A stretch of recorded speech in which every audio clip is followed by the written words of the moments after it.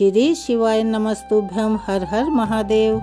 स्वागत है आप सभी का आपके अपने चैनल हमारे संस्कार में। आज हम आपके लिए ऐसा प्रसंग लेकर आए हैं जो कि माँ पार्वती के और शिव के बीच का संवाद के रूप में है, और यह हमारी उस जिज्ञासा को शांत करता है कि मनुष्य का कर्म उसके कर्मों से यानी कि उसके कामों से बनता है या उसका कर्म और भाग्य पहले ही लिखा जा चुका होता है। तो चलिए जानते हैं। परम पिता परमेश्वर की कृपा आप सभी पर हमेशा बनी रहे। और कथा शुरू करने से पहले आप सभी से निवेदन है, प्लीज जो नए हैं चैनल को सब्सक्राइब करें, वीडियो को लाइक करें, ज़्यादा से ज़्यादा शेयर करें, बेल आइकन को भी अवश्य ही दबाएं। कमेंट्स बॉक्स में हर हर महादेव लिखना ना भूलें। भगवान शिव जी ने इस बात को माता पार्वती से कैसे बताया, चलिए हम आपको बताते हैं। एक बार की बात है, माता पार्वती और भगवान भोलेनाथ कैलाश पर्वत पर बैठे हुए थे, और तब भगवान भोलेनाथ से बड़े ही जिज्ञासु भाव से माँ पार्वती ने प्रश्न किया कि हे प्रभु, क्या मनुष्य का भाग्य पहले से ही तय हो जाता है या उसे बाद में भी अपने अच्छे कर्मों के द्वारा बदला जा सकता है। भगवान शिव माँ पार्वती की बात सुनकर मुस्कुराए और बोले, हे पार्वती, इस रहस्य को समझने के लिए मैं तुम्हें एक पौराणिक कथा सुनाता हूँ। उसे ध्यानपूर्वक सुनो क्योंकि उत्तर उसमें ही छुपा हुआ है। और आगे बढ़ने से पहले आप सभी से एक छोटा सा और अनुरोध है कि इस कथा को आप बड़े ध्यान से सुने, और इसको सिर्फ सुनना ही नहीं है, महसूस भी कीजिएगा। अगर आप सच्चे शिव भक्त हैं तो जाते जाते कमेंट्स में हर हर महादेव भी अवश्य ही लिखिएगा, क्योंकि यह सिर्फ एक कथा मात्र नहीं है, यह काल, कर्म और भाग्य का वह चक्र है जिसमें हम सभी बंधे हुए हैं। और हर किसी की जानने की इच्छा होती है कि क्या हमारे बुरे कर्मों से या अच्छे कर्मों से भाग्य तय होता है या यह पहले से ही नियति का विधान है। भगवान शिव कहते हैं, हे देवी पार्वती, मैं ही आदि हूँ और मैं ही अंत हूँ, यानी शुरुआत भी मैं ही हूँ और काल भी मैं ही हूँ। मृत्यु भी मेरे बिना अधूरी है क्योंकि मैं ही उसका अधिपति हूँ। जीवन का अंतिम सत्य मृत्यु है, और काल जिसे तुम समय कहते हो वह मेरी ही आज्ञा से हर प्राणी को ग्रसता है।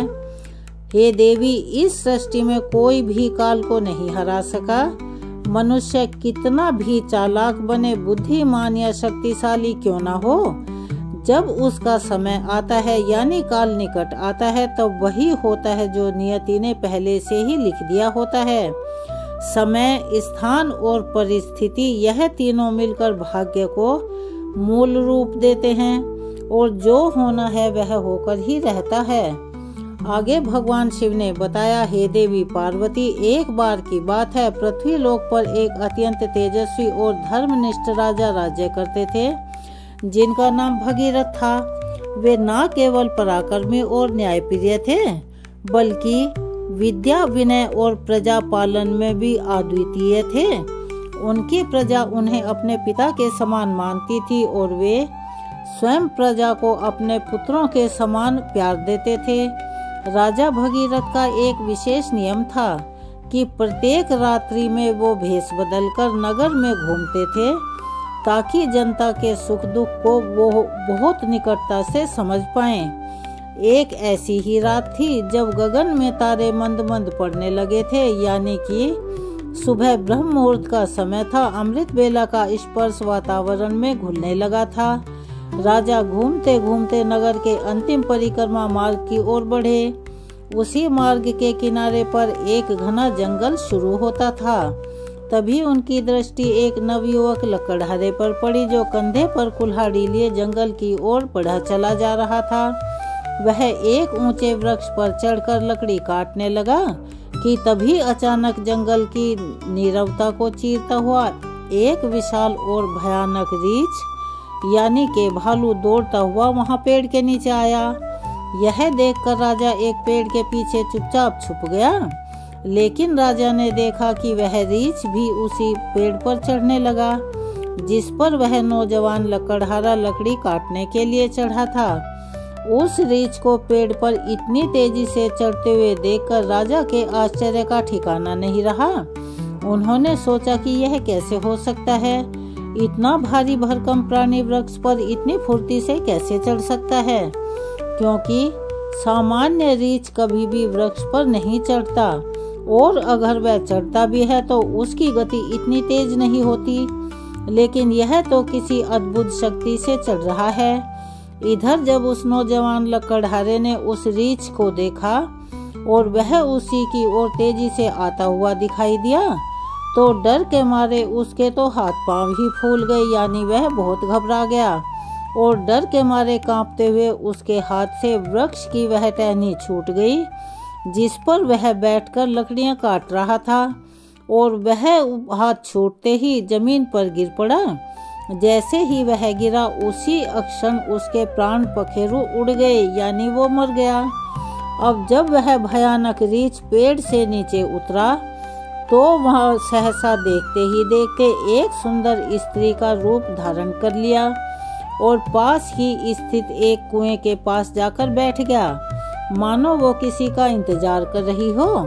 राजा भगीरथ यह सब देखकर भीतर तक हिल गए, यानी बहुत ज्यादा डर गए।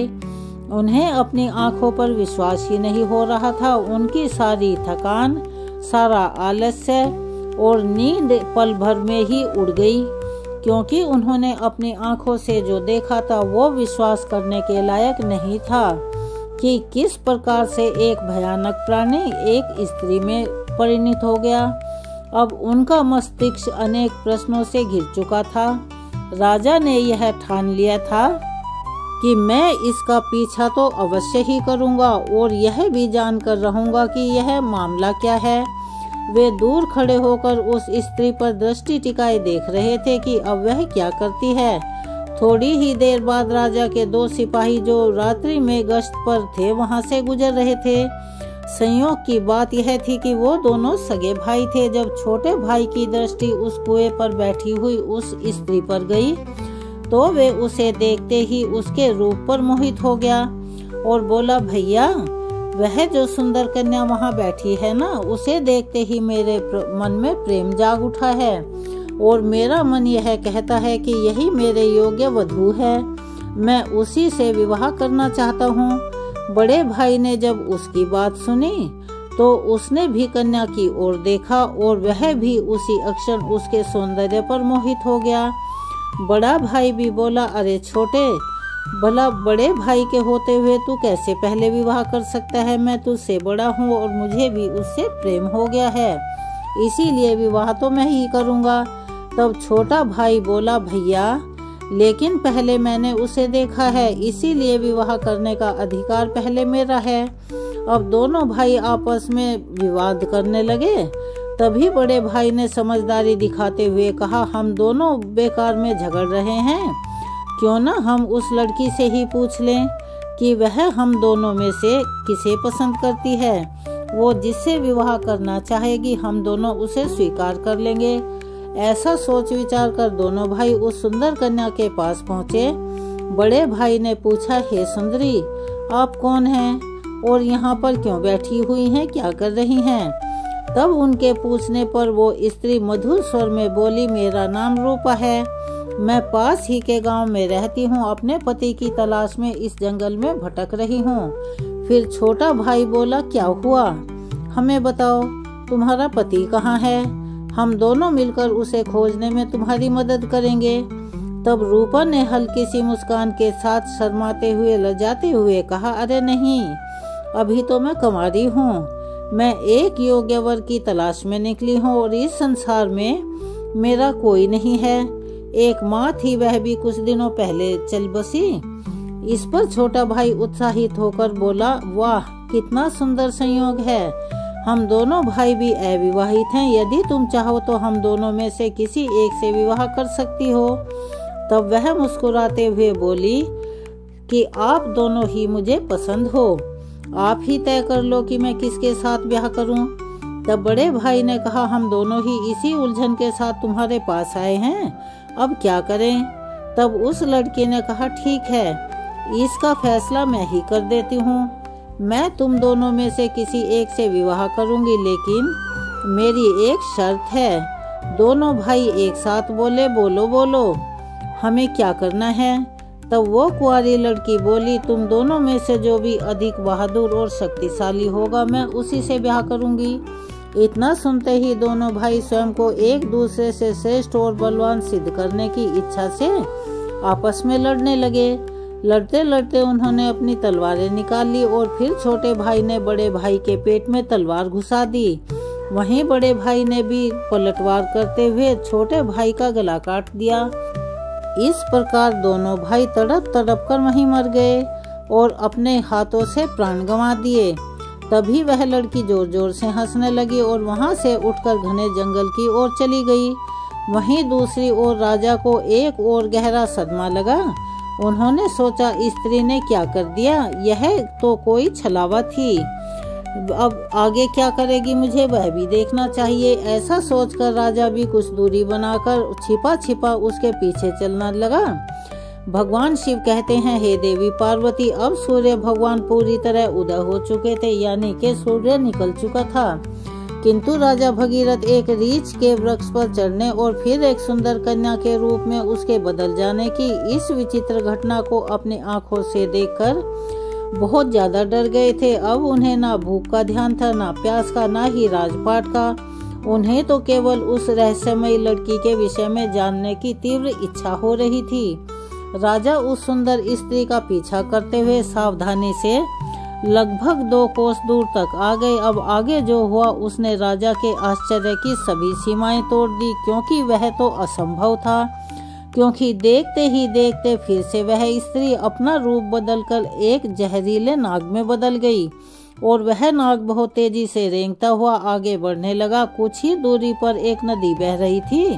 वह नाग नदी के किनारे पहुंचा और राजा की आंखों के सामने ही नदी में कूद गया। नदी में एक नाव चल रही थी जिसमें 10 लोग सवार थे। वो नाग उसी नाव की ओर बढ़ा। राजा भगीरथ किनारे खड़े होकर यह सब देख रहे थे। नाग के नाव में कूदते ही उसमें अफरा-तफरी मच गई। लोग डर के मारे अपनी जान बचाने के लिए नाव से पानी में कूदने लगे। इस भगदड़ में नाव भी पलट गई। जो लोग तैरना जानते थे वे किसी तरह नदी के बाहर आ गए, लेकिन जो तैरना नहीं जानते थे वे डूबकर अपनी जान गंवा बैठे। थोड़ी ही देर के बाद वो नाग नदी से बाहर निकला और किनारे किनारे आगे चलने लगा। राजा भगीरथ उसका पीछा करते रहे। फिर कुछ दूर जाने पर राजा को एक और आश्चर्य हुआ। वह नाग अब एक बार फिर से अपना रूप बदल चुका था और वह एक वृद्ध गरीब ब्राह्मण के भेष में था। राजा ने सोचा, इस रहस्यमय प्राणी के विषय में जानकारी लेने का यही सही समय है, क्योंकि इस समय वह एक वृद्ध ब्राह्मण के रूप में था। इसीलिए राजा ने सोचा कि अब मुझे इससे कोई खतरा नहीं होगा, मैं इसके पास आसानी से जा सकता हूँ। यही सोचकर राजा शीघ्रता से उस रहस्यमय ब्राह्मण की ओर बढ़ने लगे। राजा तो उसके छलावे और रहस्यमय चालों का पहले से ही पीछा कर रहे थे। अब वह तेज कदमों से चलते हुए उस ब्राह्मण के पास जा पहुँचे। उन्होंने हाथ जोड़कर विनम्रता से उस ब्राह्मण को प्रणाम किया। उस वृद्ध ब्राह्मण ने भी हाथ उठाकर अभिवादन स्वीकार किया और उन्हें आशीर्वाद दिया।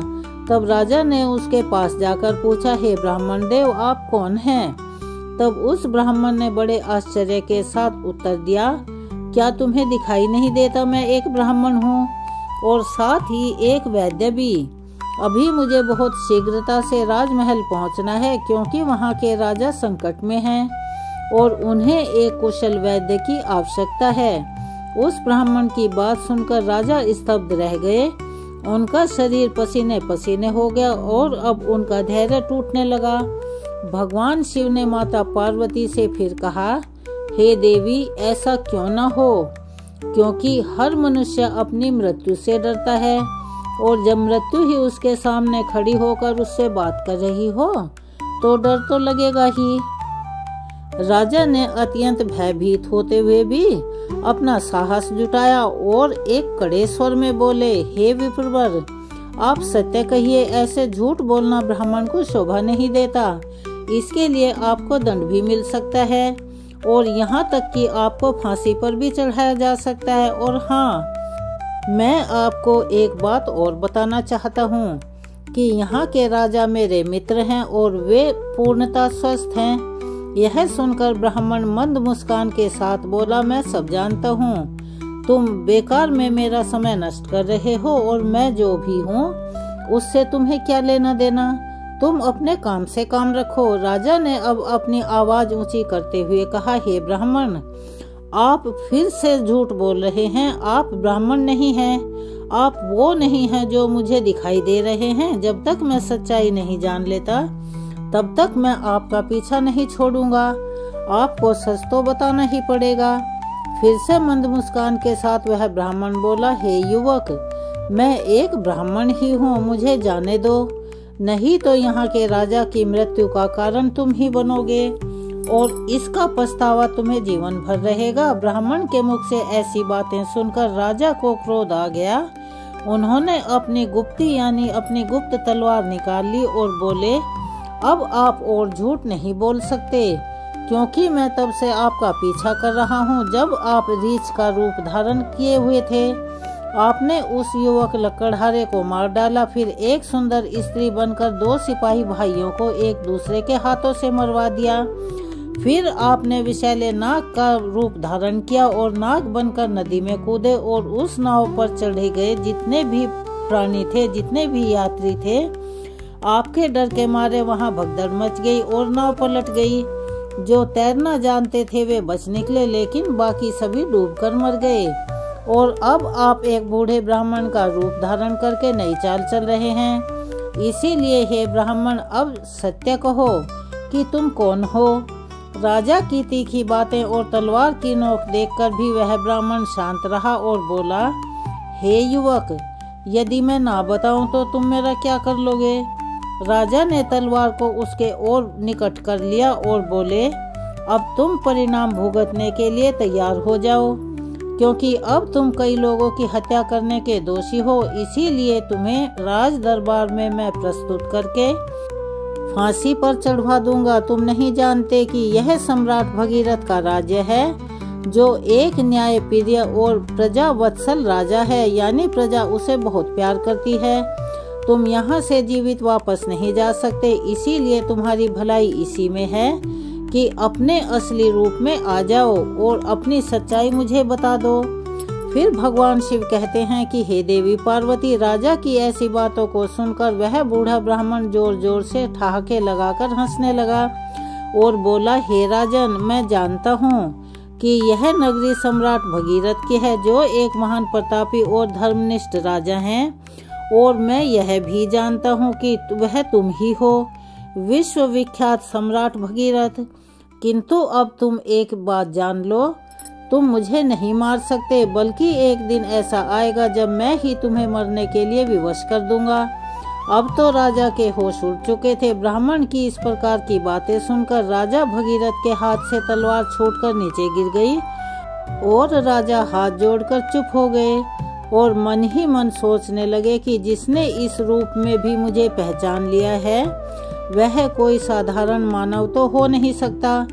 तभी राजा ने अपनी वाणी को मधुर बनाते हुए पूछा, हे ब्राह्मण, अब जब आपने मुझे पहचान ही लिया है तो कृपया करके यह भी बताएं कि आप वास्तव में हैं कौन। तब वो ब्राह्मण बोला, हे राजन, किसी ने सच ही कहा है कि संसार में 4 हट सबसे बलवान होती हैं, जो इस प्रकार हैं, राजहट, बालहट, स्त्री हट और योगा हट। तुम राजा हो इसीलिए राजहट पर अड़े हो। अब तुम बिना मेरी सच्चाई जाने रह ही नहीं सकते। यह भी मैं अच्छे से जानता हूँ, इसीलिए मेरी बात को ध्यान से सुनो कि मैं हूँ कौन और मैं तुम्हारी राजधानी में क्यों आया हूँ। तब उस बूढ़े ब्राह्मण ने बताना शुरू किया और कहा, हे राजन, अब तुम्हें मैं अपनी पहचान बताता हूँ। मेरा नाम काल है। तुम जानते हो कि संसार में जितने भी प्राणी जन्म लेते हैं उनकी मृत्यु अटल होती है। इसीलिए इस धरती को मृत्युलोक कहा जाता है। जब कोई प्राणी माता के गर्भ में आता है तो उसी समय उसका भाग्य लिखा जाता है और नियति विधि विधान के अनुसार आत्मा शरीर में प्रवेश करती है और वह जीवित होता है, उसी क्षण उसकी मृत्यु का समय, स्थान और कारण भी विधाता के द्वारा निश्चित कर दिया जाता है। जब किसी प्राणी की मृत्यु का समय आता है तो भगवान शिव ही धर्मराज को इसकी सूचना देते हैं, क्योंकि सभी प्राणियों की मृत्यु का निर्णय शिव जी के पास होता है। धर्मराज शिव जी की आज्ञा प्राप्त कर मुझे यानी काल को आदेश देते हैं कि अब जाओ और उस प्राणी के प्राण हर कर ले आओ। तब मैं मृत्यु लोक में आता हूँ, क्योंकि मुझे पहले से ही पता होता है कि किस प्राणी की कब, कहाँ और कैसे मृत्यु होगी।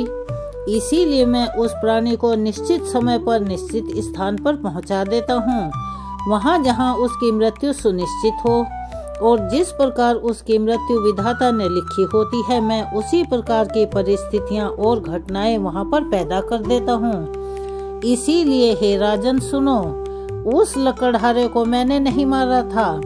तब राजा ने आश्चर्य से पूछा, हे विप्रवर, आप यह कैसे कह सकते हैं? मैंने स्वयं अपनी आंखों से देखा है कि उस लकड़हारे की मृत्यु का कारण आप ही बने थे। तब ब्राह्मण यानी काल ने कहा, हाँ, कारण तो मैं ही बना था, लेकिन सांसारिक लोग तो यही समझते हैं कि लकड़हारा पेड़ से गिरकर मरा, जबकि वह तो मेरी योजना का हिस्सा था। उसकी मृत्यु पेड़ से गिरकर होनी निश्चित थी, इसीलिए मुझे वह रूप धारण करना पड़ा। सोचो, अगर मैं असल में वृद्ध होता तो क्या कभी पेड़ पर चढ़ पाता? उसी तरह जो दो सिपाही मरे, उनकी मृत्यु एक दूसरे के हाथों ही होनी तय थी, इसीलिए मुझे एक सुंदर स्त्री बनना पड़ा। फिर जो लोग नाव में डूबकर मरे, उनकी मृत्यु जल में डूबने से ही होनी थी, इसीलिए मैंने एक भयानक नाग का रूप धारण किया, जिससे वे सभी अपनी मृत्यु तक पहुंच पाए। हे राजन, अब आप समझ ही गए होंगे कि मैं कौन हूँ और आपकी नगरी में क्यों आया हूँ। समय, स्थान और परिस्थिति, यह तीनों ही एक प्राणी की मृत्यु में मुख्य भूमिका निभाते हैं। उसकी बात सुनकर राजा गंभीर हो गए और बोले, हे विप्र, आपने मुझे जो ज्ञान दिया उसके लिए मैं आपका आभारी हूँ, लेकिन मेरे मन में एक और प्रश्न है। आपने थोड़ी देर पहले कहा था कि इस नगर के राजा की मृत्यु होने वाली है, किंतु मैं तो आपके सामने जीवित खड़ा हूँ। तत्काल मृदु स्वर में बोले, हे राजन, मृत्यु तो हो चुकी है। वो मृत्यु तुम्हारे छोटे भाई चित्रांगद की थी, जो तुम्हारी अनुपस्थिति में राजगद्दी पर बैठा था। शत्रु राज्य के एक गुप्तचर ने उस पर बाण चला दिया, और क्योंकि तुम्हारे राज्य के नियमों के अनुसार तुम्हारी अनुपस्थिति में वही राजा माना जाता है जो गद्दी पर बैठा हो, इसीलिए मृत्यु राजा की ही मानी गई और तुम यहाँ मेरे साथ बेकार की बातों में उलझे रहे। भगवान शिव कहते हैं, हे देवी पार्वती, जब राजा भगीरथ को यह पता चला तो वे बड़े दुखी हुए और सोचने लगे, मैंने यह सब क्या कर दिया। तब ब्राह्मण रूपी काल ने कहा, हे राजन, यह तो सब पहले से ही होना निश्चित था। तुम तो केवल इस नाटक के एक पात्र हो, जो होना है वही होकर रहता है। अब शोक करने से कुछ नहीं बदल सकता। तुम्हारी आयु अभी शेष है, अतः अब तुम लौट जाओ और अपना राज्य संभालो। तब राजा बोले, हे यमदूत, मुझे क्षमा करें, क्योंकि मैं आपको पहचान नहीं सका, लेकिन अब मैं एक अंतिम प्रश्न और पूछना चाहता हूँ। क्या आप मेरी मृत्यु के विषय में बता सकते हैं? तब वह ब्राह्मण मुस्कुराते हुए बोले, पूछो राजन, मैं तुम्हारी इस शंका को दूर करूँगा। तब राजा बोले, क्या आप मुझे यह बता सकते हैं कि मेरी मृत्यु कब होगी? तब यमदूत ने कहा, नहीं, एक सामान्य व्यक्ति के लिए यह बात जब तक गुप्त रहती है तभी तक वह इस संसार में विलीन होकर जी सकता है, अन्यथा वह मृत्यु से पहले ही पल पल तड़प तड़प कर मरता है, क्योंकि चिंता और चिता में कोई अंतर नहीं है, केवल मात्र एक बिंदी का अंतर है। चिता तो केवल एक ही बार शव को जलाती है, किंतु चिंता वह चिता है जो हर पल मन और शरीर को जलाती रहती है। लेकिन राजा के इस घोर हठ के कारण ब्राह्मण ने कहा, हे राजन, जिस प्रकार से तुमने मेरे साथ रहकर दूसरों की और अपने छोटे भाई की मृत्यु के विषय में सुनकर भी धैर्य नहीं छोड़ा, और मैं यह अच्छे से समझ गया हूँ कि तुम एक ज्ञानी होने के साथ साथ धैर्यवान पुरुष भी हो, इसीलिए मैं तुम्हें तुम्हारी मृत्यु के बारे में बतलाता हूँ। राजन, ध्यान पूर्वक सुनो। तुम्हारी मृत्यु आज से ठीक 1 वर्ष बाद सूली पर चढ़ने से होगी, और विशेषतः वह मृत्यु इसी नगरी के भीतर तुम्हारे अपने ही राजमहल में होगी। तुम इस मृत्यु को प्रसन्नता पूर्वक स्वीकार करना। इतना कहकर वह ब्राह्मण एक चील का रूप धारण कर वहां से उड़ गया, और दूसरी ओर राजा अपने महल में लौटकर अपने छोटे भाई का अंतिम संस्कार करने लगा और राज्य कार्य को पुनः व्यवस्थित रूप से संभालने लगा। धीरे धीरे वो यमदूत के साथ हुई सारी घटनाओं को भूलने लगा, और इसी तरह से 6 महीने का समय पंख लगाकर उड़ गया।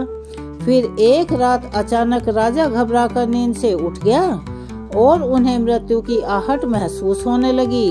इस पर भगवान शिव कहते हैं, हे देवी, मनुष्य चाहे जितना भी निडर क्यों न हो, परंतु जब उसे अपनी मृत्यु का पूर्वाभास हो जाए तो वह उससे बचने के लिए कोई न कोई रास्ता अवश्य ही ढूंढ निकालता है।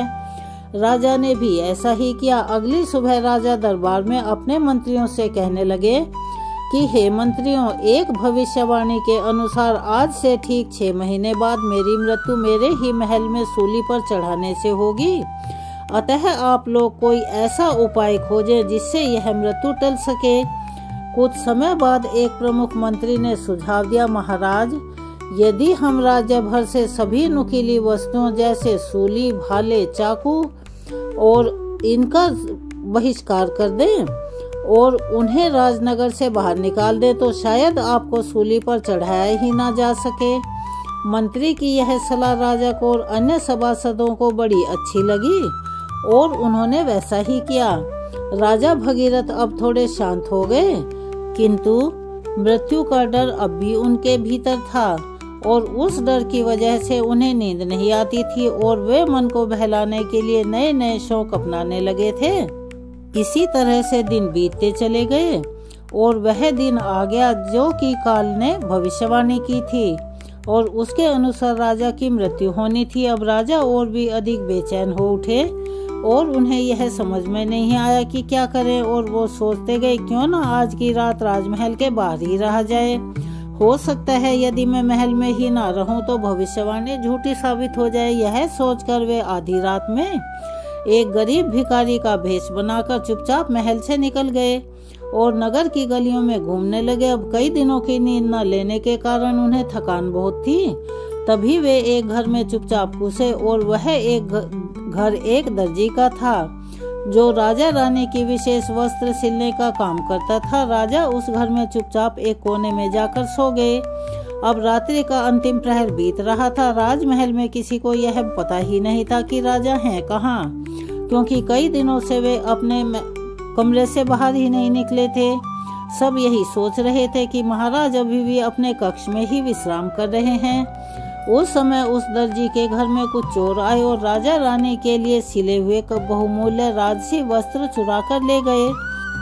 जब अगली सुबह दर्जी को यह बात पता चली तो वह घर के कोने में सो रहे उस व्यक्ति को, जो कि असल में राजा था किंतु भिखारी के भेष में था, इसीलिए दर्जी राजा को चोर समझकर बिना पहचाने ही राजा को बांधकर सीधे राज दरबार में ले गया। अब राजमहल में राजा भगीरथ का पुत्र, जो अब युवावस्था में था, पिता की अनुपस्थिति में राजा गद्दी पर बैठा था। उसने बिना जांच पड़ताल किए उस भिखारी को चोर मानकर सिपाहियों को आदेश दे दिया कि इसे सूली पर चढ़ा दो। यह सुनकर राजा चौंक कर उठ बैठे। चारों ओर का वातावरण देखकर उन्हें समझ में आ गया कि वे स्वयं ही अपने पुत्र के द्वारा दिए गए मृत्यु के आदेश में फंस चुके हैं। यह वह दिन था जिसकी भविष्यवाणी 1 वर्ष पहले ब्राह्मण ने की थी। राजा ने तुरंत दरबार में अपने मंत्रियों को सारी बात कह सुनाई और कहा, मंत्री, हम एक धर्म संकट में हैं। ना तो मैं अपने पुत्र के आदेश का अपमान करना चाहता हूँ और ना ही मृत्यु का वरण करना चाहता हूँ। अब आप ही कोई ऐसा उपाय बताइए। तब महामंत्री ने उस दर्जी को बुलाया और सभा को संबोधित करते हुए कहा, राजन, आपके आदेश की मर्यादा बनी रहे और महाराज के प्राण भी सुरक्षित रहें। इसीलिए हम इन्हें सूली के स्थान पर एक सुई की नोक पर बैठा देते हैं। इससे आदेश की पूर्ति भी होगी और किसी की मृत्यु भी नहीं होगी। यह बात सभी को उचित लगी। समय के अनुसार राजा को सुई की नोक पर बैठाया गया, परंतु होने को कुछ और ही मंजूर था। जैसे ही राजा सुई की नोक पर बैठे, वह सुई उनकी पीठ में छुप गई और रक्त बहने लगा और वैद्य बुलाए गए, पर जब तक बहुत देर हो चुकी थी। धीरे धीरे राजा का शरीर शिथिल हो गया और वहीं तड़पते हुए उन्होंने अपने प्राण त्याग दिए। तो प्यारे मित्रों, कहने का तात्पर्य ये है, जो कि भगवान शिव ने माता पार्वती से कहा, हे देवी, मनुष्य अपने भाग्य को चाहे जितना भी बदलने की कोशिश करे, किंतु जो विधाता ने पूर्व निर्धारित कर दिया है वह होकर ही रहता है। यही कारण है कि ईश्वर ने मनुष्य को भविष्य जानने का सामर्थ्य नहीं दिया, ताकि वह चिंता में ना पड़े, वर्तमान को पूर्ण रूप से जिए। अतः प्रत्येक जीव को अपने कर्म पथ पर अडिग रहना चाहिए, धर्म के नियमों का पालन करना चाहिए और हर पल ईश्वर को समर्पित करके सत्य और श्रद्धा के साथ जीना चाहिए। यही मानव जीवन का सार है। तो मित्रों, यह थी सम्राट भगीरथ की वह चमत्कारित और रहस्यमयी कथा, जो हमें यह संदेश देती है कि कोई भी प्रयास, कोई भी उपाय भाग्य को टाल नहीं सकता, क्योंकि जब काल आता है तो वह हर द्वार खोलकर भीतर प्रवेश करता है। अगर आपको यह कथा ज्ञानवर्धक और प्रेरणा देने वाली लगी हो, तो आप सभी से अनुरोध है, प्लीज इस वीडियो को लाइक करें, चैनल को सब्सक्राइब करें, बेल आइकन को भी अवश्य ही दबाएं और कमेंट्स बॉक्स में हर हर महादेव, ओम नमः शिवाय अवश्य ही लिखें।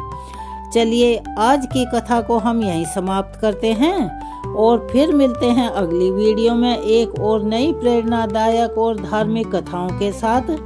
तब तक के लिए आप सभी को बहुत बहुत धन्यवाद।